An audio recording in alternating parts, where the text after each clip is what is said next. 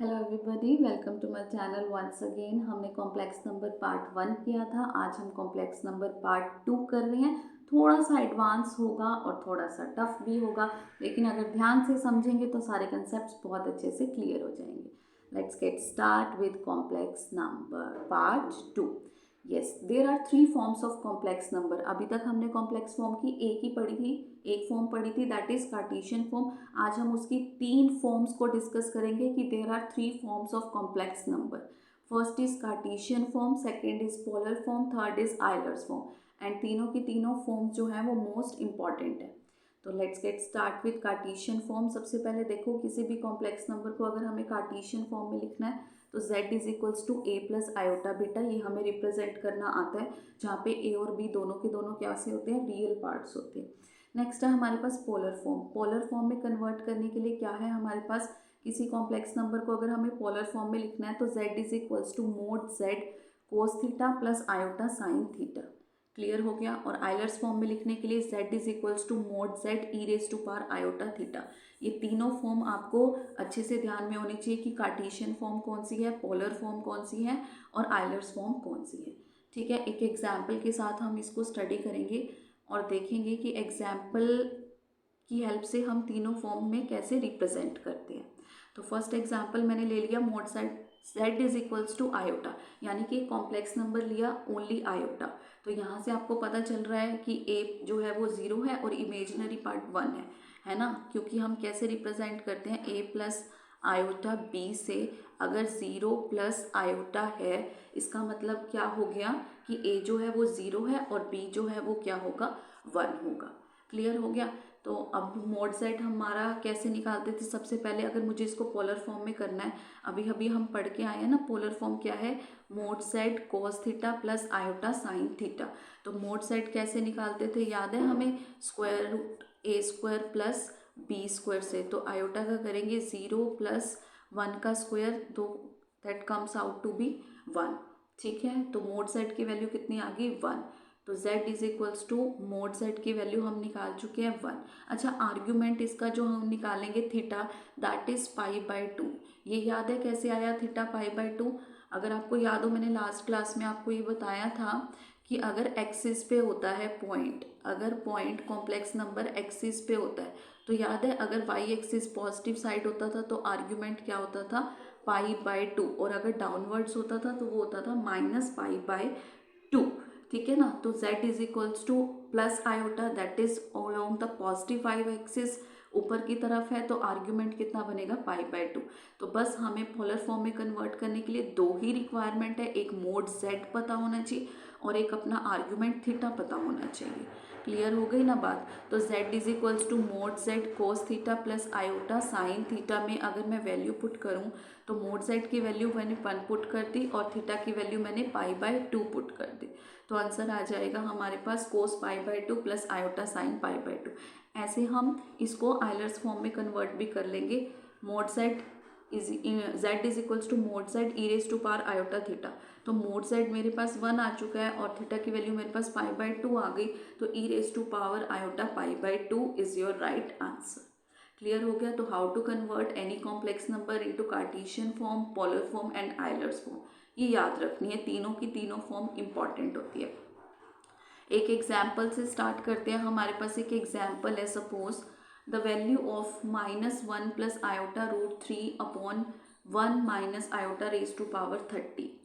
अब इस क्वेश्चन में क्या है, देखो आपसे ना इस पूरे के पूरे कॉम्प्लेक्स नंबर की वैल्यू पुटी, मतलब आपसे पूछा है कि इस पूरे के पूरे कॉम्प्लेक्स नंबर की वैल्यू क्या होगी।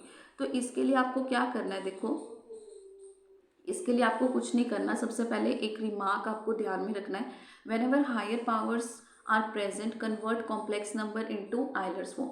जब भी आपके क्वेश्चन में हायर पावर्स हो, हायर पावर दिख रहा है ना, रेज टू पावर 30 है ना, तो whenever higher powers are present, जब भी आपके कॉम्प्लेक्स नंबर में हायर पावर प्रेजेंट होगी तो आपने सबसे पहला टारगेट ये करना है कि उन दोनों को आइलर्स फॉर्म में कन्वर्ट करना है। और आइलर फॉर्म्स में आपको बता चुकी हूँ, z is equals to mod z e raise to power iota theta, यानी कि अपने कॉम्प्लेक्स नंबर को हमें इस फॉर्म में रिप्रेजेंट करना है। तो जो ऊपर वाला कॉम्प्लेक्स नंबर है उसका मोड जेड निकाल लिया, उसका आर्ग्यूमेंट निकाल लिया।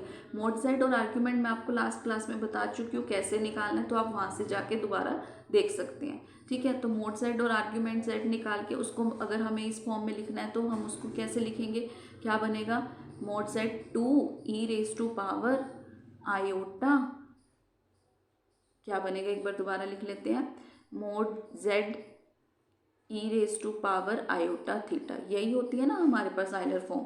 तो ये आ जाएगी 2 e raise to power iota 2 पाई/3, ये हमारा आ जाएगा आइलर फॉर्म ऊपर वाले पार्ट का।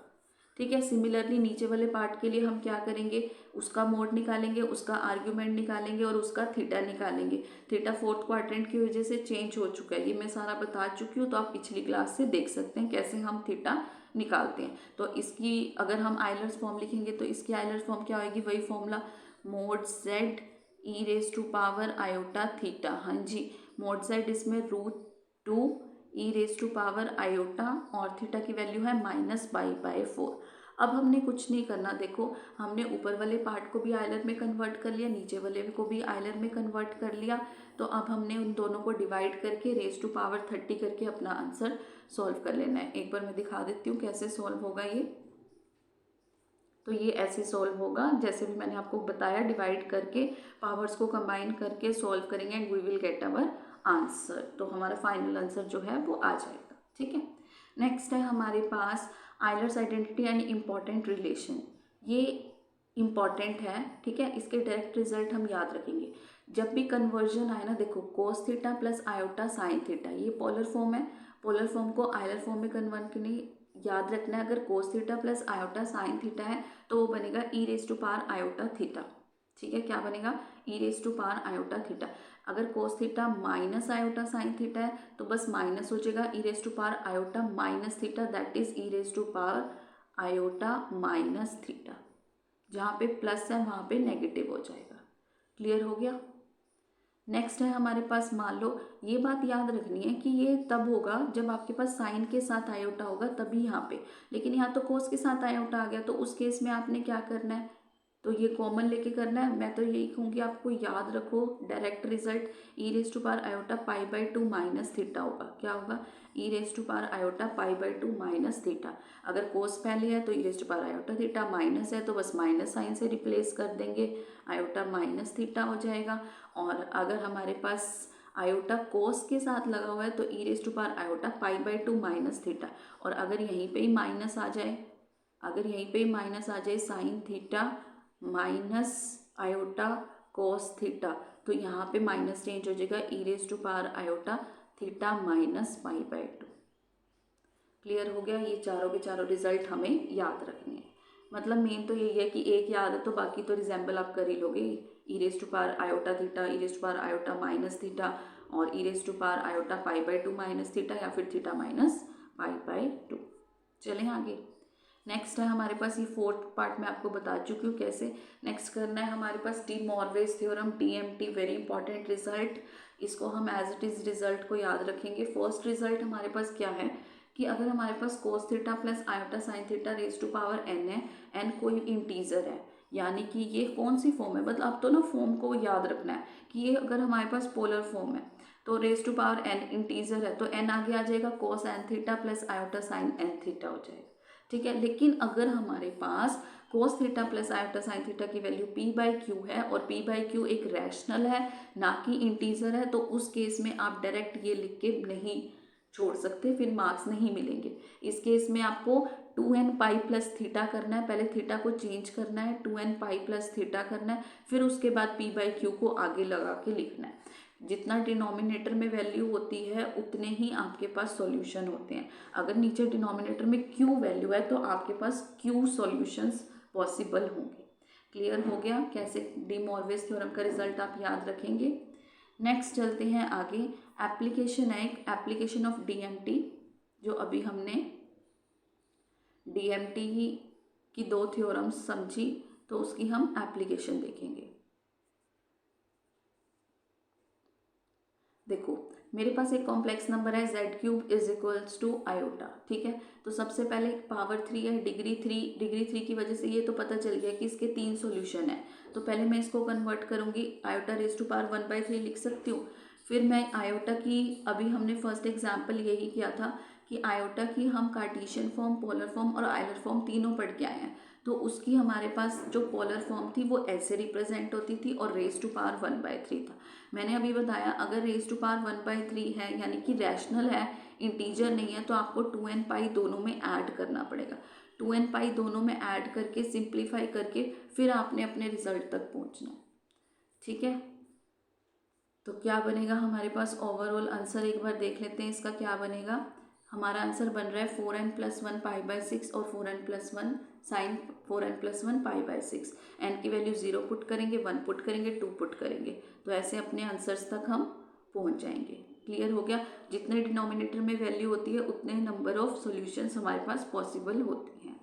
नेक्स्ट एक नोट है हमारे पास क्या, कि अगर z की पावर, मतलब इन क्वेश्चंस को सॉल्व कैसे करना है डीएमटी वालों को, ठीक है। z की पावर n कोई कॉम्प्लेक्स नंबर होगा तो z को सोलो करके आपने 1/n कर देना है। उसके बाद कॉम्प्लेक्स नंबर को किस में चेंज करना है, पोलर फॉर्म में। और पोलर फॉर्म में चेंज करने के बाद तो 2n पाई से पहले 2n पाई ऐड करके फिर 1/n आगे लगाना, फिर n की वैल्यू पुट करती जानी है और you will get your answer, ठीक है। इसकी एक एप्लीकेशन हो रहा है कि हम स्क्वायर रूट जो हमने सीखा था निकालना, याद है ना, mode Z plus real Z divide by 2 करके जो हमने लास्ट टाइम फॉर्मूला किया था, स्क्वायर रूट का डायरेक्ट रिजल्ट था।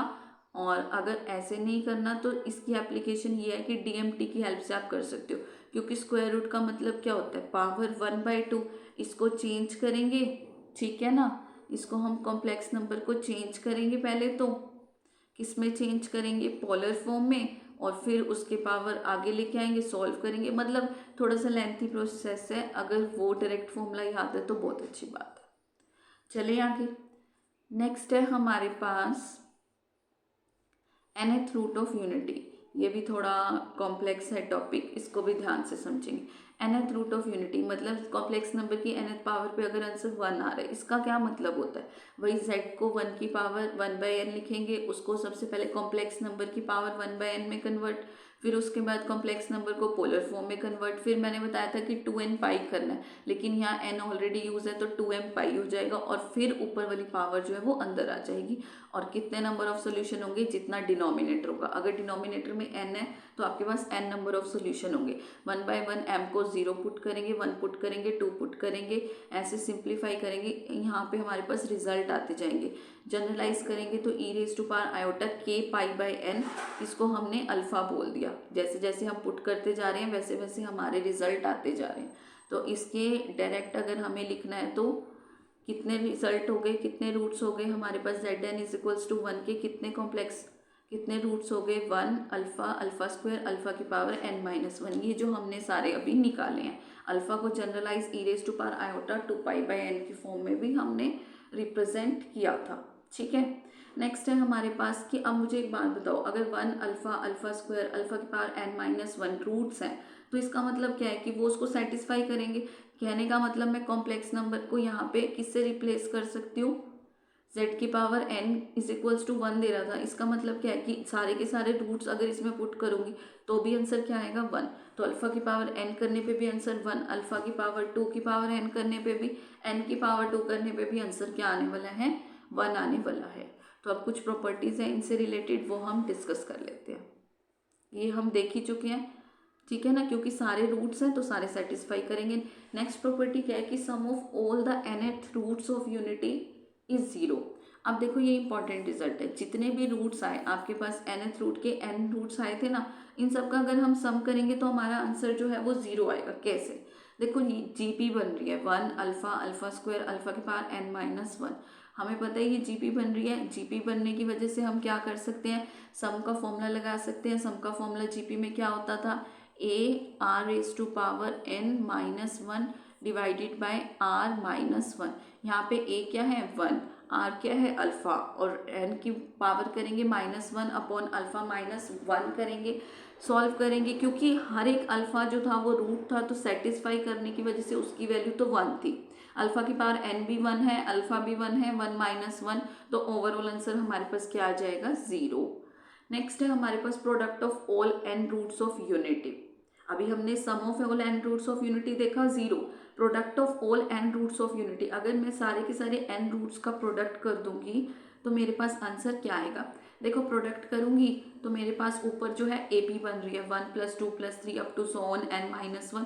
ए पी की एन टर्म का फॉर्मूला मुझे बहुत अच्छे से आता है, एन इंटू एन प्लस 1/2।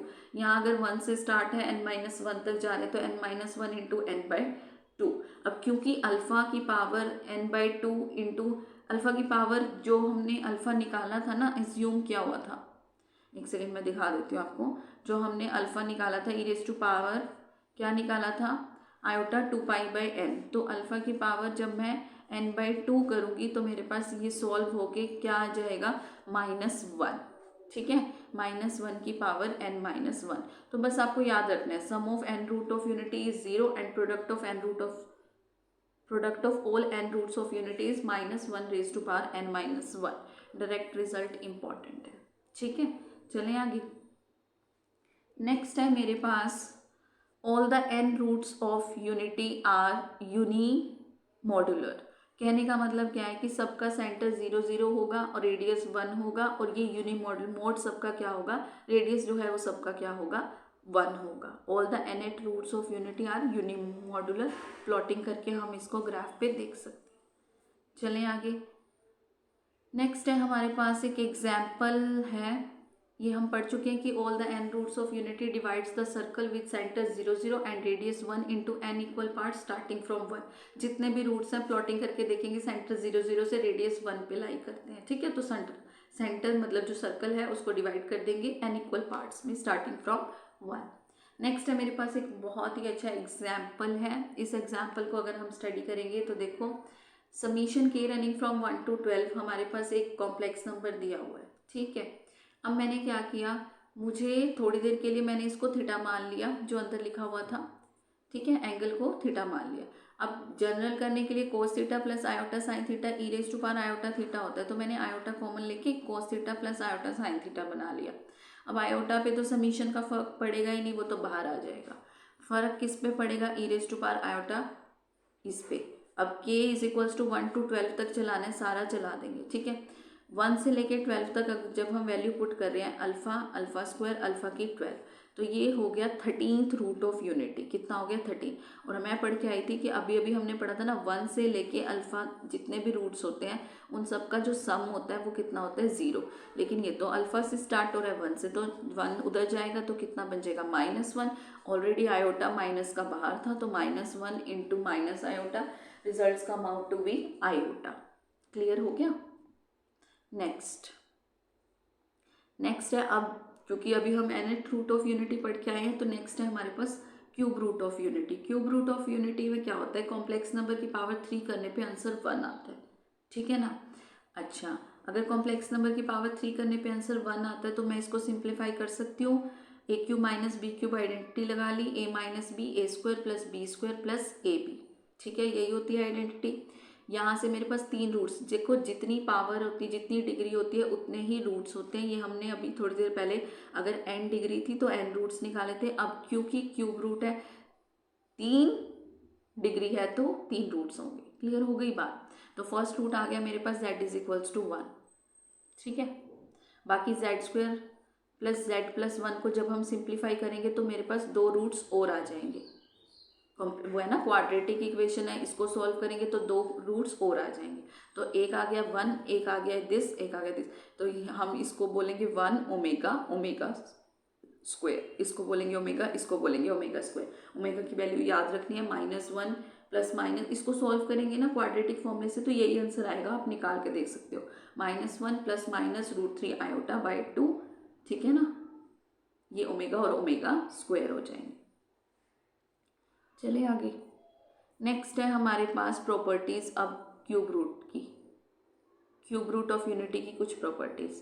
अच्छा, इसके कितने सॉल्यूशन होंगे? अभी हमने पढ़ लिया 3 सॉल्यूशन होंगे, क्योंकि 3 पावर है, 1 ओमेगा ओमेगा स्क्वायर। ओमेगा की वैल्यू क्या है? -1 plus √3 iota by 2। Omega square की -1 माइनस √3 आयोटा बाई 2। अच्छा, 1 प्लस ओमेगा स्क्वायर हमेशा 0 होता है, तो आप किसी भी दो की वैल्यू आप निकाल सकते हो इन टर्म्स ऑफ अदर, ठीक है ना, निकाल सकते। अब क्यूब रूट ऑफ यूनिटी जैसे निकालना था ना, तो ओमेगा क्यूब की वैल्यू हमेशा 1 होगी। ओमेगा क्यूब की वैल्यू क्या होगी? 1 होगी। ये आप सॉल्व कर सकते हैं। प्रोडक्ट 1 ओमेगा ओमेगा स्क्वायर का जो प्रोडक्ट ओमेगा क्यूब और उसकी वैल्यू कितनी होगी? 1। तो ये रिजल्ट आपको याद रखनी है। क्लियर हो गया? अच्छा, इसकी प्लॉटिंग भी करेंगे तो हमारे पास रिजल्ट आएगा क्या, कि जो ट्राइंगल बन रही होगी ना इन तीनों पॉइंट से, वो इक्विलेटरल ट्राइंगल बन रही होगी। 3 पॉइंट्स हो गए ना। प्लॉटिंग हम बता चुके हैं कॉम्प्लेक्स नंबर को रिप्रेजेंट। एक तो 1 था 1,0, दूसरा था -1 प्लस √3 आयोटा बाई 2, एक था -1 माइनस √3 आयोटा बाई 2। तो तीनों का सम किया, सम ने तीनों से ट्राइंगल फॉर्म किया और पता किया कि ये जो ट्राइंगल बना ये इक्विलेटरल ट्राइंगल था। ठीक है। ऑब्जर्वेशन, अब ऑब्जर्वेशन में क्या है कि कैसे पता चलेगा कि इन क्वेश्चंस में हमें ये रूट लगाने हैं, कैसे पता चलेगा? ऑब्जर्वेशन में हमने ये देखा, जब भी हमारे पास क्यूब रूट ऑफ यूनिटी की इंट्रोडक्शन होगी तो उसमें हमें ऐसा कुछ दिखेगा कि जैसे x² + x + 1 = 0, तो हम समझ जाएंगे कि इसके रूट्स तो ओमेगा और ओमेगा स्क्वायर होते हैं। या फिर अगर x² - x + 1 होगा तो भी हम समझ जाएंगे कि उसके रूट्स तो -ओमेगा और -ओमेगा स्क्वायर होते हैं। Omega complex root of unity. Clear हो गई बात? कैसे क्वेश्चंस में अप्लाई करेंगे वो हम देख लेते हैं। एक एग्जाम्पल से हमारा कंसेप्ट क्लियर हो जाएगा। ये है मेरे पास एक एग्जाम्पल, ठीक है। यहाँ पे मेरे पास अल्फ़ा दे रखा था जो कि ओमेगा है, मैंने पहचान लिया उसको। ए दे रखा है, ठीक है।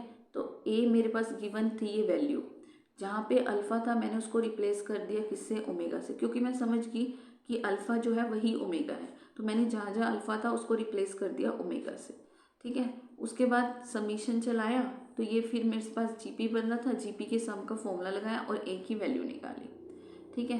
तो ए की वैल्यू मेरे पास सॉल्व करके आ गई 1। ए की वैल्यू सॉल्व करके मेरे पास कितनी आ गई? 1। सिमिलरली मेरे पास ऐसे ही बी दे रखा था, बी दे रखा था तो मेरे को समझ में आ गया कि अल्फ़ा जो है वही ओमेगा है, क्योंकि अल्फ़ा को देख के समझ आ रहा था कि वो ओमेगा ही है। फिर से मैंने ओमेगा से रिप्लेस करके और समीशन चला के देखा तो मेरे पास ये, क्योंकि सारे 3 के मल्टीपल आ रहे थे, ओमेगा 3 जो था वो 1 था, है ना, ओमेगा क्यूब 1 था, तो सारे 3 के मल्टीपल थे, तो सारे 1 1 1 1 1। अब 1 से लेके 300, 3 से 300 तक तो 100 हो गई, और फिर एक टर्म एक्स्ट्रा तो 101 हो गई, ठीक है। तो उसने बोला था कि एक ऐसी क्वाड्रेटिक इक्वेशन बनाओ जिसके ए और बी रूट्स हैं। अच्छा, तो हमने जनरल फॉर्म पढ़ी थी ना, x² - sx + p, तो sum of roots a + b, product of roots a b, तो 101 + 1 101 × 1। यहाँ से सॉल्व करेंगे हमारे पास क्या आ जाएगी? क्वाड्रेटिक इक्वेशन आ जाएगी। चलिए आगे। तो हमारे पास ओवरऑल आंसर आ गया x² - 102x + 101 = 0। क्लियर हो गया? नेक्स्ट चले आगे। ओके, लास्ट एग्जाम्पल है, ये इंपॉर्टेंट है ये भी। देखो z की वैल्यू ना हमें कुछ गिवन थी। अब क्योंकि हमारा ध्यान ऐसे टर्म्स को देखते यही जाता है कि हम इसको ओमेगा में कन्वर्ट कर सकते हैं क्या? हाँ जी, बिल्कुल कर सकते हैं। मैंने फर्स्ट पार्ट उठाया और उसमें से आयोटा कॉमन लिया। जैसे ही मैंने उसमें से आयोटा कॉमन लिया तो देखा कि अंदर जो है वो -ओमेगा बन रहा था। क्या बन रहा था? -ओमेगा। ऐसे ही मैंने सेकेंड पार्ट उठाया और सेकेंड पार्ट में से जब आयोटा कॉमन लिया तो देखा वो तो ओमेगा स्क्वायर बन रहा था। तो बस मैंने इसको और इसको जब सॉल्व कर लिया तो वैल्यू सब्सटीट्यूट कर दी -ओमेगा और ओमेगा स्क्वायर से, बस सिंप्लीफाई किया और अपना आंसर निकाल लिया, ठीक है ना। ओमेगा स्क्वायर और ओमेगा सिंप्लीफाई किया, जब हम इनको ऐड करेंगे तो हमारे पास √3 माइनस का बचेगा। उसने क्वेश्चन में पूछा था क्या इसका इमेजिनरी पार्ट एग्जिस्ट करता है, तो हम बोलेंगे नो, 0, बिकॉज इमेजिनरी पार्ट इसमें है ही नहीं, -√3 हमारा रिमेनिंग बचा था। आई होप आज का लेक्चर आप सबको क्लियर हो गया होगा कॉम्प्लेक्स नंबर का। Please like, share and subscribe this channel. Thank you.